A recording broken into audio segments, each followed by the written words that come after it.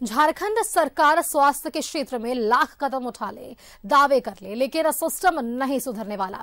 रांची में नामकुम स्थित बात करें तो एनएचएम में लगभग 3-4 साल से गुर्दा किडनी के मरीजों का इलाज के लिए करीब 50 लाख में खरीदी गई मेडिकल मोबाइल वैन खराब पड़ी है और कबाड़ में तब्दील हो गई। इसे बता दें कि सुदूरवर्ती इलाकों में एपीएल मरीजों के इलाज उचित दर में इलाज के लिए उपयोग में लाया जाना था, लेकिन कुछ यात्राओं के बाद ये ऐसी ही खड़ी रही। पैसे की बर्बादी कैसे होती है और कौन करता है, यदि आपको यह सब जानना है तो एक बार नामकुम स्थित एनएचएम कार्यालय चले आइए। आप सब कुछ अपनी नंगी आंखों से देख पाएंगे। इस वक्त मैं उसी एनएचएम कार्यालय के पास मौजूद हूं, जहां पर 50 से 55 लाख की बड़ी गाड़ी बर्बाद हो रहे हैं, कबाड़ हो रहे हैं। हमारे पीछे जिस मोबाइल वैन को आप देख पा रहे हैं, मोबाइल बस को आप देख पा रहे हैं, ये राज्य के वैसे मरीजों के लिए संचालित की गई थी जिन्हें गुर्दा पथरी की समस्या है। और ये कोशिश हुई थी कि ये मोबाइल वैन है बड़ा सा, ये तमाम जिलों में घूमेगा और लोगों को गुर्दा पथरी के उपचार में प्रारंभिक इलाज प्रदान करेगा। कुछ माह तक ये गाड़ी जिलों में गया जरूर, लेकिन उसके बाद जब एक बार वापस आया तो फिर लौट कर और किसी भी जिले में नहीं गया। ये इसी एनएचएम कार्यालय में कबाड़ होने के लिए छोड़ दिया गया। इस बस की सूरत आप देखेंगे, तस्वीर देखेंगे तो ऐसा लगेगा कि इसे लाने में बड़ी मेहनत की थी स्वास्थ्य विभाग के अधिकारियों ने, लेकिन अब ये पूरी तरह से कबाड़ में तब्दील होता जा रहा है।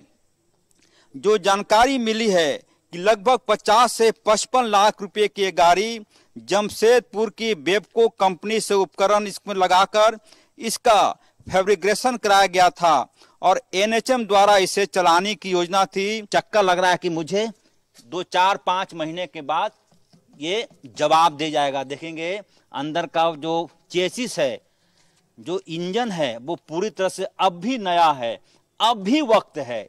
यदि इस महंगे वाहन को स्वास्थ्य विभाग के अधिकारी सुरक्षित करना चाहे, संरक्षित करना चाहे तो कर सकते हैं। इंजन इसका अब भी नए की तरह दिख रहा है, लेकिन शायद कुछ लोगों की ऐसी योजना होगी कि इसको बर्बाद कर देना है और फिर अगले वित्तीय वर्ष में फिर नए वाहन के लिए टेंडर होगा। डायल 108 एम्बुलेंस, इसकी भी स्थिति ऐसी हो गई है कि मुझे लगता है कि साल 6 महीने बाद ये भी कबाड़ में तब्दील हो जाएगा। कईयों के तो शीशे फूट गए। देखेंगे हमारे सहयोगी मोहम्मद रिजवान दिखाने की कोशिश करेंगे। बहुत ही जतन से बहुत ही बड़ी योजना बनाकर सरकार ने 108 के लिए एम्बुलेंस खरीदा था राष्ट्रीय एम्बुलेंस सेवा के तहत, लेकिन नेशनल हेल्थ मिशन, राष्ट्रीय स्वास्थ्य मिशन के तहत ये गाड़ियां खरीदी गई थी। लेकिन यहाँ भी भगवान ही मालिक है इन तमाम एम्बुलेंस का। 1-2 एम्बुलेंस नहीं, शायद मैं गिन नहीं पा रहा हूँ कि कितने एम्बुलेंस यहाँ रखे होंगे। कई बार तस्वीरें दिखाने के बावजूद कहीं कोई सुगबुगाहट आपको दिखाई नहीं पड़ेगी। आप इन गाड़ियों के चक्के देख लीजिए, टायर देख लीजिए, ऐसा लग रहा है कि इसे भी कबाड़ में किलो के भाव से बेचने की तैयारी हो रही है। 1-2 गाड़ी नहीं, जहां जहां नजर दौड़ाएंगे हमारे सहयोगी थोड़ा कैमरा पैन करके दिखाएंगे तो आपको तस्वीर दिखाई पड़ जाएगी कि कैसी तस्वीर है। इधर पूरा दिखा दीजिए रिजवान, एम्बुलेंस दिखा दीजिए, सरकारी पैसों की बर्बादी दिखा दीजिए, कैसे सरकारी पैसे की बर्बादी होती है। पूरी तरह से दिखा दिए सरकारी पैसों की बर्बादी।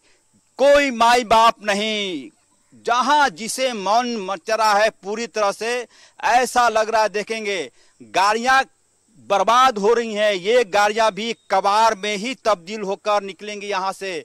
माथा पीटने की इच्छा होती है कि हाय रे स्वास्थ्य विभाग, बड़े बड़े अधिकारी, कई बड़े सीनियर आईएएस, लेकिन शायद कब इसका उद्धार होगा। गाड़ियां कम से कम यदि ये प्रयोग में नहीं लाई जा रही है, कम से कम ऐसी व्यवस्था होती कि इसको सहेज कर रखा जाता ताकि कल को ये काम के लायक हो जा सके। मुझे लगता है कि कम से कम इन गाड़ियों को एक जगह पर सहेज कर रखा जाना चाहिए था ताकि कल को इसके काम आ सके, मरीजों के काम आ सके।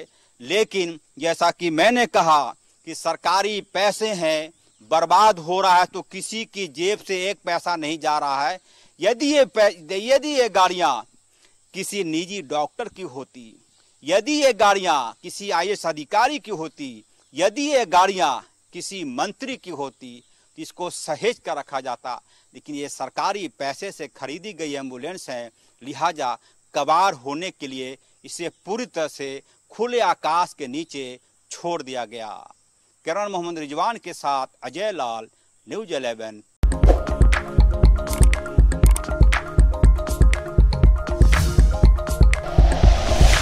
Like and share videos, subscribe करें हमारा चैनल और प्रेस करें बेल आइकॉन। न्यूज़ 11 भारत, सच है तो दिखेगा।